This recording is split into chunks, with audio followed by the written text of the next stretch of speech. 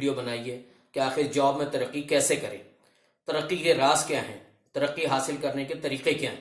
اس video میں آپ کو سکھاؤں گا کہ آپ نے آخر ترقی کرنی کیسے۔ ترقی کرنے کا سب سے بنیادی اصول جو ہے وہ یہ ہے کہ زبان شیری ملک گیری، زبان شیری ملک گیری، یعنی کہ آپ جتنے زیادہ اوبیڈینٹ ہوں گے لوگ آپ کو اتنا زیادہ پسند کریں گے۔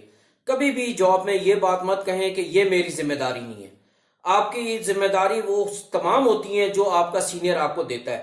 جس کام کے لیے بھی آپ کو سینئر آپ کو کہے گا وہ کام آپ کی ذمہ داری میں شامل ہو جائے گا۔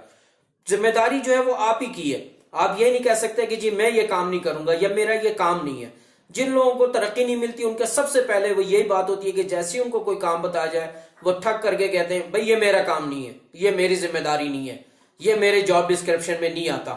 یہ سب آپ کے سوچنے کی بات نہیں ہے، یہ آپ کا سینئر سوچے گا کہ یہ جو کچھ ہے یہ ذمہ داری ہے یا نہیں ہے، کیونکہ سینئر یہ سوچ رہا ہوتا ہے کہ اس کو جو کام دیا گیا ہے، جو کام اس کو چاہیے وہ کون کر سکتا ہے۔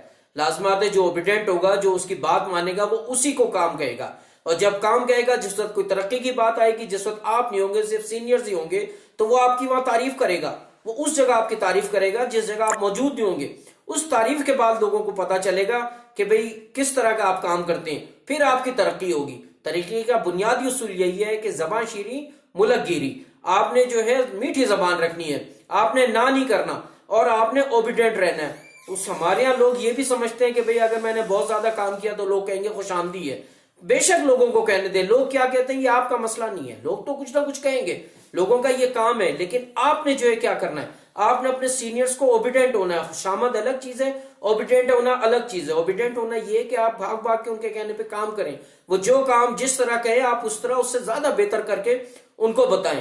بعض دفعہ ایسا بھی ہوتا ہے کہ شام کو ایک دم کام آتا ہے اور آپ کو کہا جاتا ہے کہ بھئی یہ کام کریں، آپ کا پارا ایک دم ہائی ہو جاتا ہے اور آپ ایک دم جو غصے ہو جاتے ہیں اور آپ کہتے ہیں بھئی اب تو کوئی ٹائم نہیں ہے، اب یہ میں کیسے کر سکتا ہوں۔ جبکہ آپ کا اگر ایسا کوئی مسئلہ ہے تو آپ اپنے سینئر سے آرام سے بات کریں کہ سر یہ مسئلہ ہے، چھٹی کا ٹائم ہو رہا ہے، اس کام کو اگر ضروری نہیں ہے تو میں کل سر انجام دے دوں۔